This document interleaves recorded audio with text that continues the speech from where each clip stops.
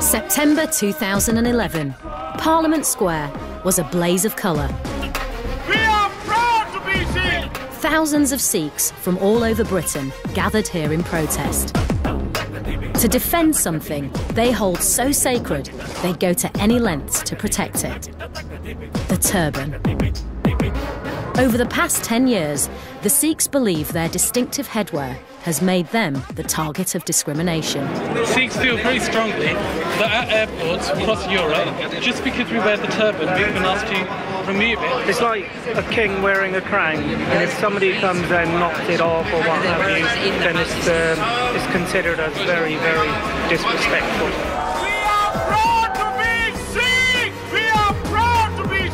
It's a problem Sikhs believe was born out of the terrorist attacks of the 21st century. At the time of 9/11, bin Laden's image was shown on all the television pictures again and again and repeated, and he was a hate figure. He wore a turban. 9/11 changed everything because the Sikhs so often found themselves mistaken for Muslims precisely because they were wearing turbans.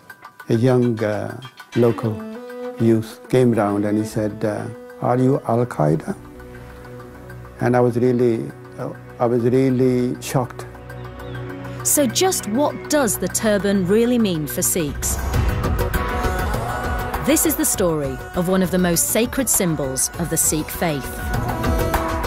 From its origins in Mughal India, through the battlegrounds of Europe. I was dragged out of the aircraft. My first concern was my turban. To the struggle of British Sikhs for the right to wear it without fear. So we're never likely to see a turban on a Wolverhampton bus. It is most unlikely in the present circumstances. To be forced to remove one's turban is like receiving a deep spiritual wound. It is the lifeline of a Sikh. And we'll discover just why the Sikhs consider it so important they'd even risk their lives for it. A Sikh would die for the turban, without question. No turban, no Sikh.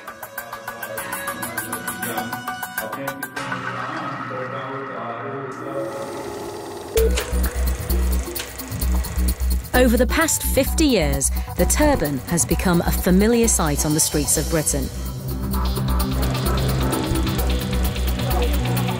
But to get a glimpse into its origins in Sikh history, we need to go back centuries and cross continents to Mughal India.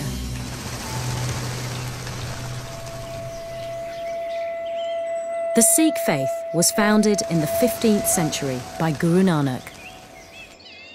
It was a time when India was fraught with religious division. Muslim against Hindu, caste against caste. But the Guru stressed the belief in one God and the equality of all.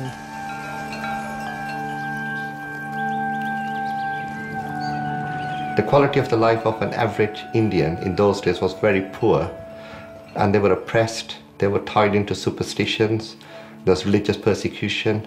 So in that kind of an environment, Guru Nanak came with a message which was quite different. In his very first sermon, he said, in God's eyes, there's neither Hindu nor Muslim.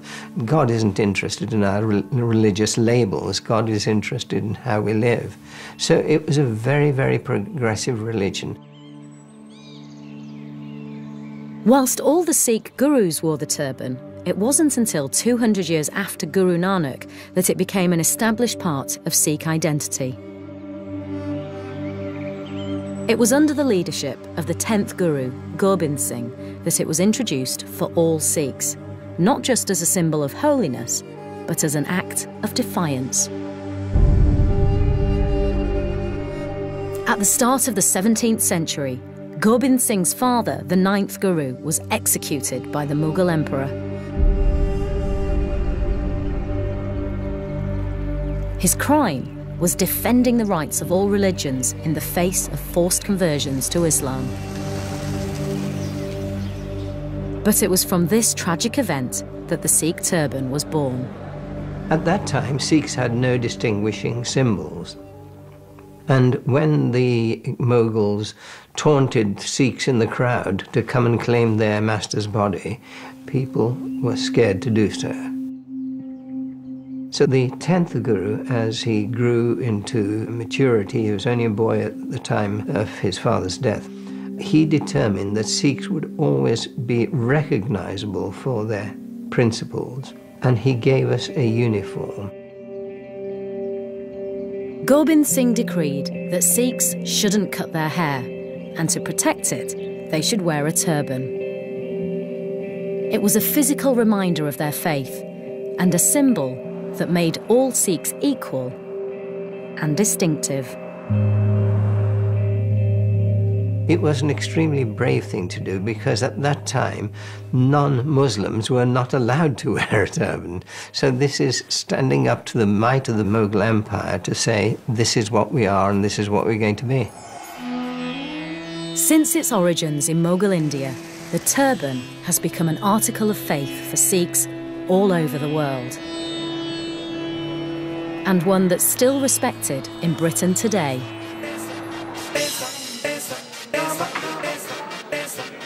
Turbans come in different colours, shapes and sizes, and they're important throughout a Sikh's life.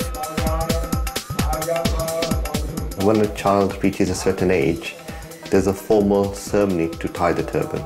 And this is often done by the mother's brothers. And when a Sikh dies, he dies wearing a turban. So when he's cremated, he's actually wearing a turban. For all Sikhs, however they choose to wear it, the turban is a key symbol of their religious identity. My turban represents who I am. It makes me feel like I can conquer the world. It gives me a unique identity to stand out in front of many people. Obviously, because immediately you look different, you've got to live by certain standards. I mean, you don't want to be swearing, you don't want to be doing bad things. So it encourages you to try to, stay on the right path. The turban is our crown. It sits quite proudly on the top of our heads, and it says to the world, I am the sovereign, I'm an independent person, I am a Sikh. Sikhs in Britain today are able to wear their turbans freely. But that's not always been the case. The story of the turban in this country is a turbulent one, in which Sikh courage and resolve has often been called upon.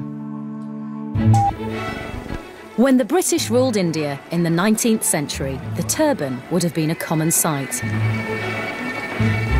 But it wasn't until the early 20th century that it began to make its first appearances in Britain. Clearly there were plenty of people from Britain in India who would have observed the turban there and have begun to have been familiar with it. But as far as in Britain itself, I think the immediate consciousness of the Sikh turban would have come about during the course of the First World War. In 1914, British forces took a huge number of casualties fighting in France. The only army that could reinforce them, and that was as big and as well trained, was the British Indian Army. Indian troops took up their places on the Western Front.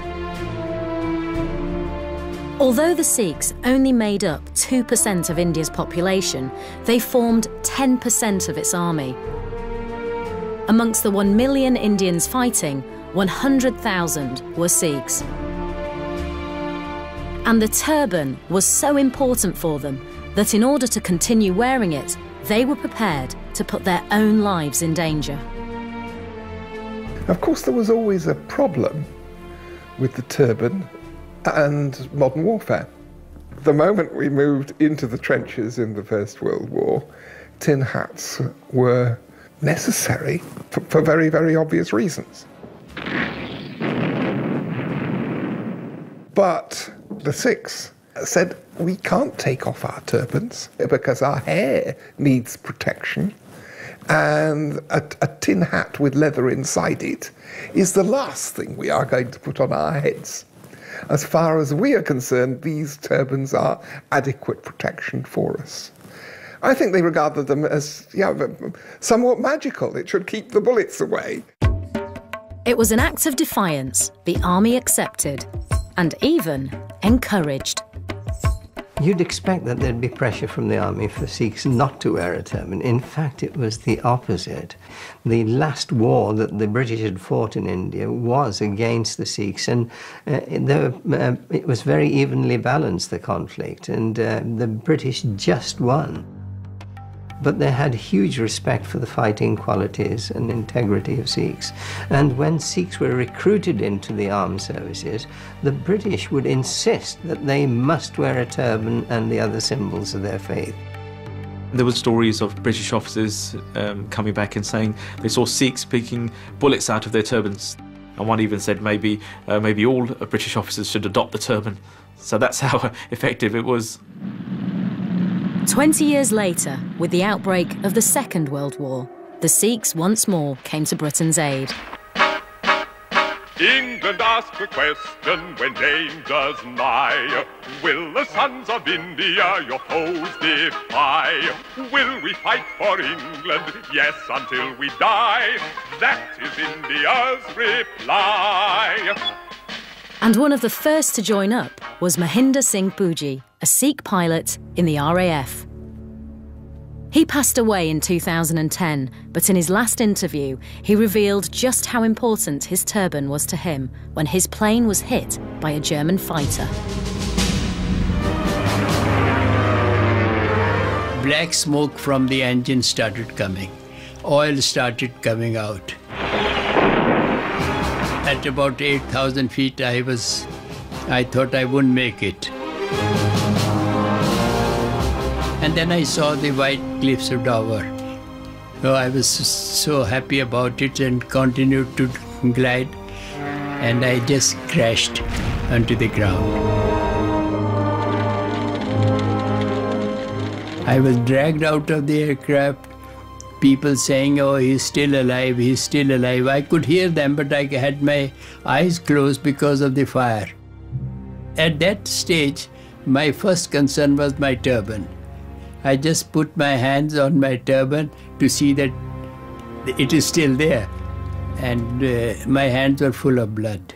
So there was a serious injury on at my head. And it made me feel at that time that perhaps turban has helped me. In wartime London, such shows of bravery and loyalty touched British hearts. I was treated as a very important person, VIP. That was especially because people here had never seen an Air Force officer with a turban. And wherever I went, they felt very sort of obliged. They said, oh, you're fighting for us. I stood in a queue trying to see the Gone with the Wind film. And when I went to the ticket counter, the girl there, she said, you don't have to buy a ticket, sir. You can go in. I wrote to my father, I says, no one could better place to die than a place here. See, because these are the people who love me and respect me.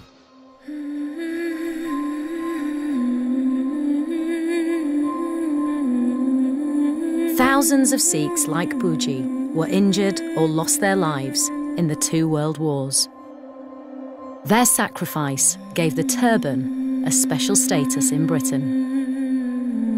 During the Second World War and afterwards, the turban was seen as a symbol of loyalty to the British Empire, and the British showed respect for the turban because they surmised if someone is true to their faith, they will be true to the greater society and to the armed services. This is the first time that the world-famous Sikhs have taken part in a tattoo in the United Kingdom. And tonight we in Edinburgh would wish to accord them a very warm welcome. But once the threat of war had receded and the Sikhs were no longer crucial to Britain's military success, attitudes to the turban began to change.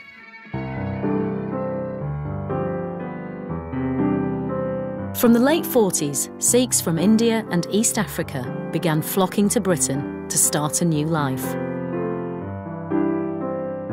There were two reasons for such an influx of Sikhs or Indians. The first reason was Britain had just come out of the war and there was a labour shortage. So they invited people from former colonies, which included India, to come and help rebuild the country. So many Sikh men from the Punjab came to England to work in the foundries, the mills, the factories, and also we had the partition of India. Delhi, the 15th of August 1947, the day when the British at last shed the burden and responsibility of India. In 1947, India gained independence from Britain and was divided in two: India and the new country of Pakistan. But the Punjab, the traditional home of most Sikhs, lay on the border and was split between them. Many Sikhs stranded in Muslim Pakistan fled. They had to leave their homes. Some came and settled in places like Delhi. Others thought, here's an opportunity, let's go and see something of this mother country of ours.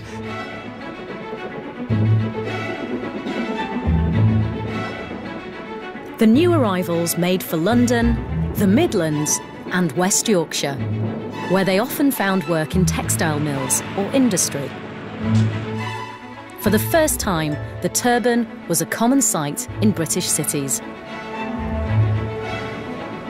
But as the Sikhs put down roots, building Gurdwaras and establishing their own communities, tensions rose. And it was precisely their appearance that singled them out. They look different and they sound different, and their tastes in matters of food are different.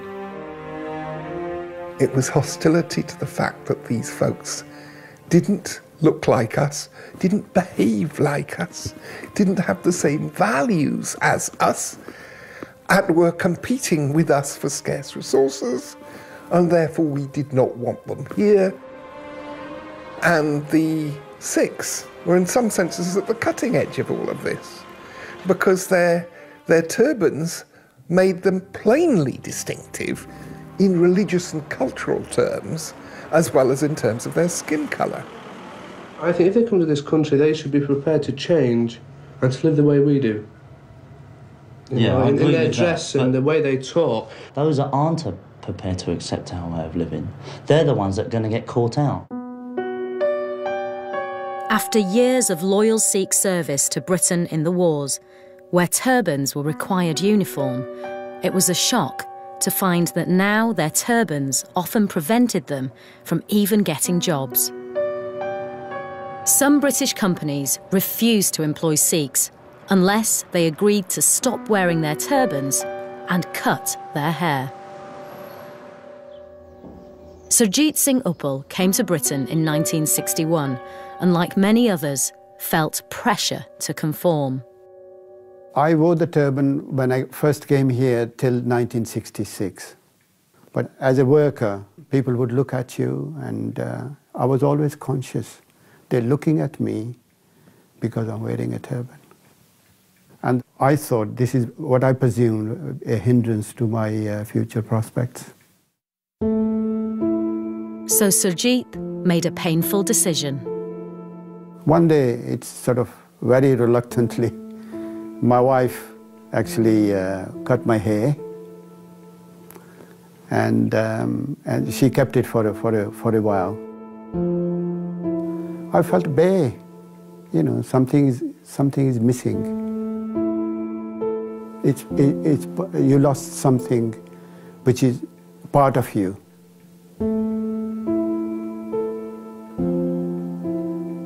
I would have loved to keep it.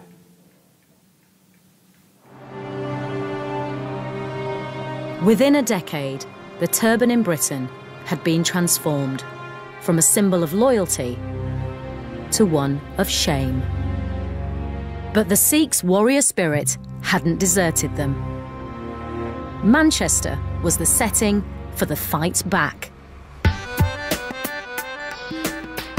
In 1957, a group of Sikhs decided enough was enough, and the unlikely arena for the battle was a double-decker bus. In the late 50s, a gentleman by the name of Sundar Singh Sagar enrolled for a position as a bus conductor. Now, after completing his exams, he was told he would need to wear the regulation cap, and he refused. But Manchester Transport Corporation refused to back down, and they told him that if he wanted to work as a bus conductor, then he must remove his turban. And this led to an 8-year campaign. Ujjal Didar Singh remembers his father's stand well. My father said, I am prepared to wear a turban of the same colour and put a Manchester Transport badge on the turban, but I'm not prepared to take my turban off and wear a cap. These regulations affected Sikhs elsewhere. Just down the M6, a similar case kicked off.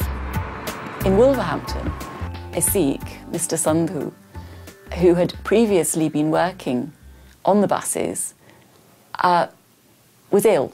He went home, and when he returned from his sick leave, he had grown his beard and was wearing a turban.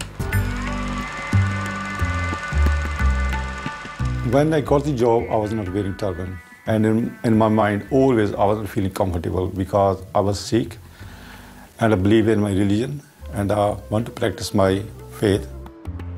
So I wore turban and went back to the bus. And when somebody told into the office that there's a Sikh person driving buses, so the superintendent came out to see me and he stopped me. He said, "You can't wear turban." But we've got about 23 nationalities, and I couldn't count how many religions that we have to cater for. And those people, of course, who cannot comply with these regulations would probably have to find employment elsewhere. So we're never likely to see a turban on a Wolverhampton bus? It is most unlikely in the present circumstances. Sikhs took to the streets in protest. But one man decided more drastic action was needed to defend the turban. Mr. Jolly, he was an old, retired police officer. He thought, my God, I have served British peoples all my life, and now I'm hearing that in England you can't wear turban. Then his feelings were hurt. So he approached me and he said, "Young man, this is what I heard. Is this your true feeling or is it just a laugh?" I said, "No, it's true feeling and this is what I want to be." Mr. Jolly began to campaign for change. It is a question of principle. If a cross is to the Christians, if I tell you take off your cross and throw it away, and how much you feel it. Similarly, those people who are working there, they are forced to take off their beard and turban. They are forced to throw away their faith. But when his words fell on deaf ears, he made a radical threat. When he said all these methods are exhausted, he declared, he said, if he's not allowed to wear turban, I will burn myself to death. Suddenly, the story was headline news. If you have to die, Mr. Jolly, it's due to happen on Sunday. Are you not in any way frightened at all by the prospect? Well, I am not frightened for nothing. I am not frightened for anything. This is, I shall find it my privilege to sacrifice for the Sikh community. I said, well, you know, it was a shock to me in a way that somebody had want to die for me. He said, I'm not dying for you, I'm dying for the cause. It's not for you, it is the cause. There was already a tradition of Sikhs making statements like that and carrying them out. And Sikhs felt that it would be a disgrace to their community if somebody made that sort of commitment and then didn't carry it through. So it was fully expected that he would give his life.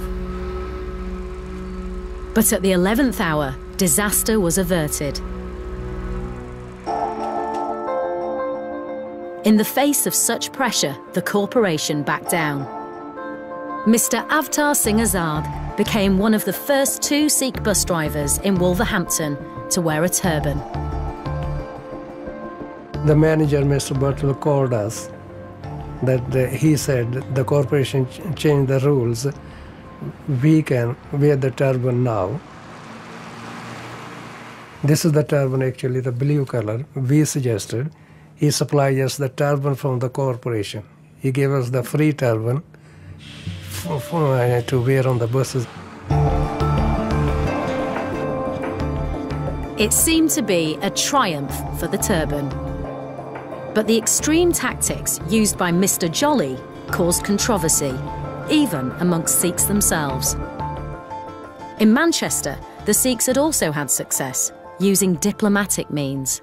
My father didn't agree with any form of threatening behaviour to achieve his goals, because he was a great believer in following procedure and political lines.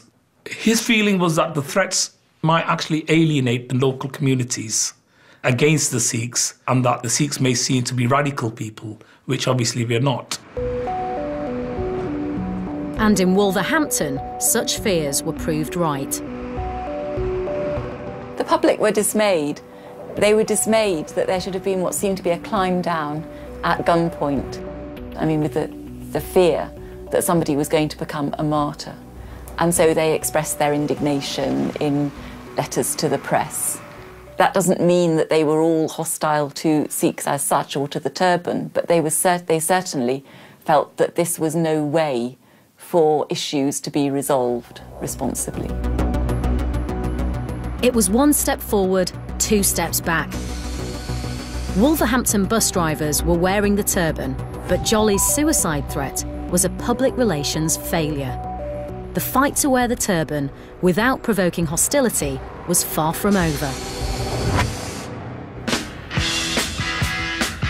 It was in the 1970s that the turban hit the headlines again, in another transport-related conflict.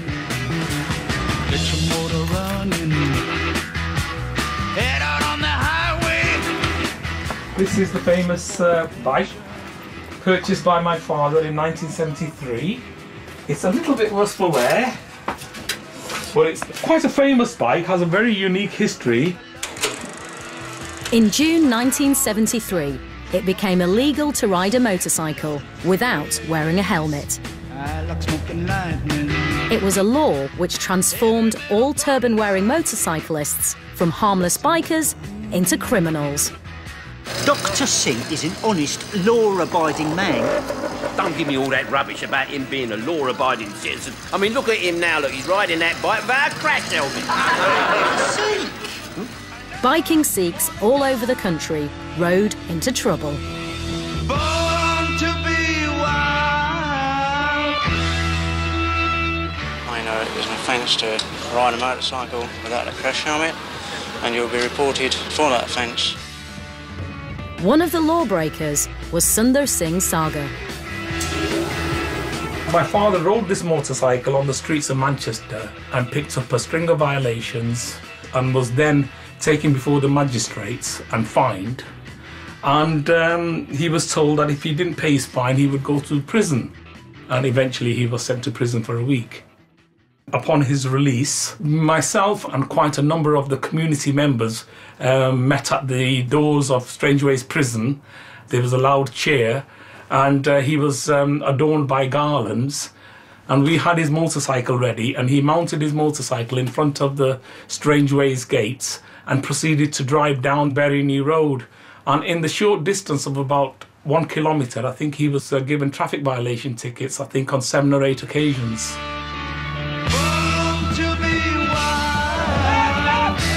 It was the determination of men like Ujjal's father that finally led, in 1976, to an act being passed exempting turban wearers from having to use a helmet. But this time, the turban's triumph had been achieved without alienating the public, and it had raised awareness of just how important the turban was for Sikhs. But the right of Sikhs to wear the turban everywhere and anywhere without discrimination was still not protected by law. It was a case in the 1980s that finally changed everything. The turban was about to make legal history. This time, it was one of Birmingham's best independent schools that decided the turban was not for them. In 1978, 12-year-old Gurinder Singh Mandla had made his father proud by winning himself a place. But following a now familiar pattern, there was a catch. The headmaster took exception to Gurinder's turban. The choice was either I go to the school and cut my hair or not go to the school at all. And for me, it was never a decision. I was never going to go to that school without my turban. My turban's part of me. It's like my right arm. Gurinder's father, Seva Singh Mandla, was a lawyer, and he decided to take matters further. I felt very aggrieved. And I said, look here, if you compromise my faith, then my son will not grow up as a strong person, because I believe faith gives you strength. And then the only course left for me then was to seek recourse to the courts, because clearly I was being discriminated against. Mr. Mandla began court proceedings. It was a course of action that would bring the turban to the forefront of the best legal minds in the land. Roger Ballard was called as an expert witness. The Race Relations Act had recently come in, and so Mr. Mandla sued the school on the grounds that it was discriminating against his son, strictly on racial grounds. The Mandlas argued quite straightforwardly that the Sikhs were an ethnic group in terms of the Act, and that refusing Mr. Mandla's son a place at the school was contrary to the Racial Relations Act. But much to the Mandlas' dismay, they lost the case, not once, but twice, in the county court and the Court of Appeal. I was surprised by it, living in a multiracial society, that people like that are closing doors on people like us. The Sikhs could now be discriminated in very vital fields like education, housing, employment. The outlook was bleak, but the Mandlas weren't about to give up. And there was only one place left that could reverse the verdict: the House of Lords. The Lords were faced with a decision. Were the Sikhs a religious sect, in which case they weren't protected by the Race Relations Act, or a national, ethnic or racial group, in which case they were? Quite clearly the Sikhs were not a race in a biological sense, nor were they a national group, because there was no Sikh nation. So Mr. Mandla's solicitors were right in suggesting that the Sikhs were an ethnic group. The House of Lords, in their wisdom, they decided that an ethnic group was a body of people with a long shared history, a consciousness of their distinctiveness, and a commitment to keeping that distinctiveness within the community alive.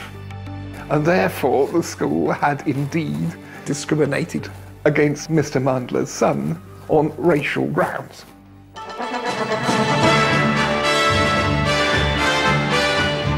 Five law lords have ruled that a Birmingham headmaster broke the law by refusing to allow a Sikh boy to wear a turban for school. After a campaign that had lasted 5 years, it was a victory for the Mandlas and for the turban. I was overjoyed. I was overjoyed, not for myself, but for the community. I feel privileged that I was part of it. I think the Sikhs collectively showed that the will of the people can ensure that the right to self-worth, the right to one's identity, is now enshrined and protected. The Mandla case changed everything for Sikhs in Britain. Their right to wear the turban in any walk of life was now protected for the first time by law.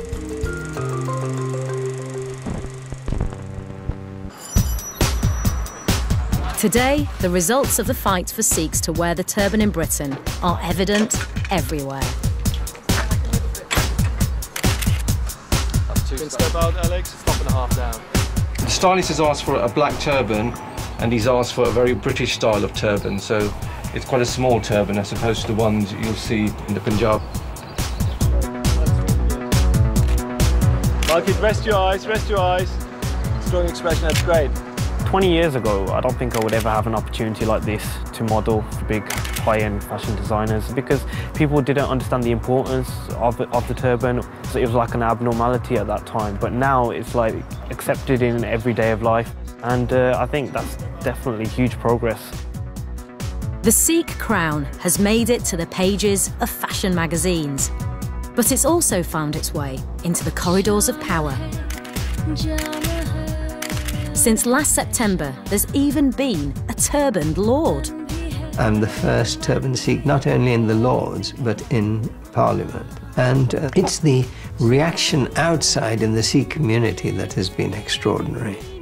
And there is a recognition that there's no part of society that they can't reach up to. It seems the British turban has made it to the mainstream. So why then did the Sikhs take to the streets of London last year? Well, in Europe, the turban is still under attack. To France now, and the controversy surrounding plans to ban religious symbols in state schools. A peaceful but heartfelt protest by Sikhs from around the world. They're upset that the proposed ban on religious symbols in French schools could extend to the turban as well. It's this new threat to the turban which motivated British Sikhs to take up their placards once more. We don't really have this problem in Britain because, you know, British people are aware of our links from the past and are aware of the Sikh culture. It's just mainly to support our brothers and sisters abroad in Europe.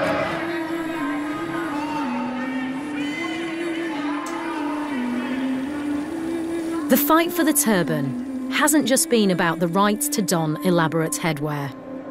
It's been a battle for religious freedom. And the British Sikhs have led the charge for change.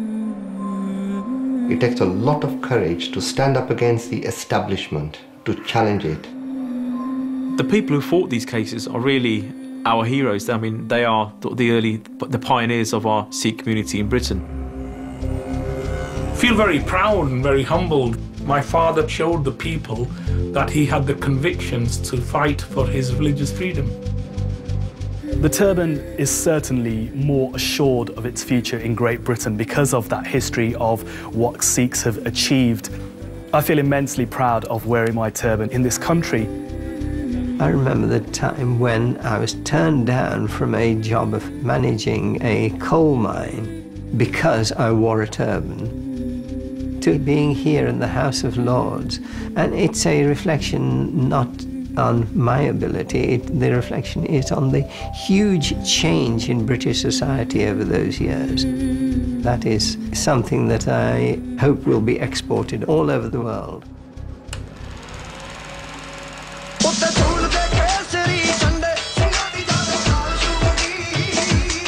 Gwyneth Paltrow is about to pursue a big dream as she stars alongside Mike Myers in our romantic comedy View from the Top, next on BBC One.